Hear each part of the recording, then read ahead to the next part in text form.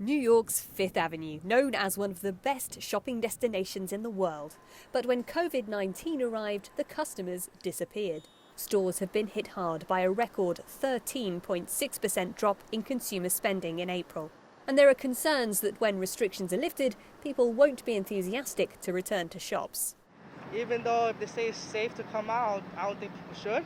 It will take me a long time when I have a vaccine maybe, and I love to shop and I miss it, but I follow the science. I'm from Missouri and they've already lifted those regulations and quite a few stores are still pretty empty.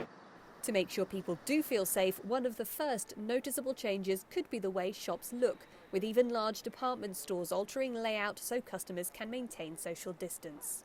They're going to have to change the nature of the retail transactions, maybe less hand-to-hand kind of transactions.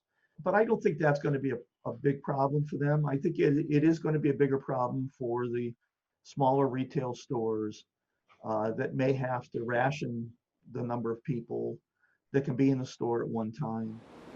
Analysts also say retailers will have to adapt to new customer behaviours. With unemployment now at nearly 15%, more than ever, buyers are looking for a bargain. And research suggests shoppers want more locally made goods. We're also seeing some changes in the drivers of loyalty that are really interesting for companies to be thinking about. We're seeing that consumers are responding to companies who are kind of doing what's right by their consumers and also by their employees. Actually, 64% of consumers told us that the way a company treats its employees has more influence on their decision making than it has in the past. Retail experts think some stores will also change their business model after learning the hard way that they need to be more resilient. You'll have to be prepared going forward for things that you can't even envision. I mean, have a plan B, have a plan C.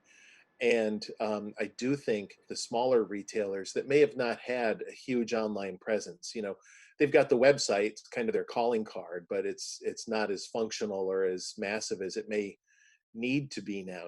You'll think about that. Shops may have to alter much of their business to cope with the changes prompted by the pandemic.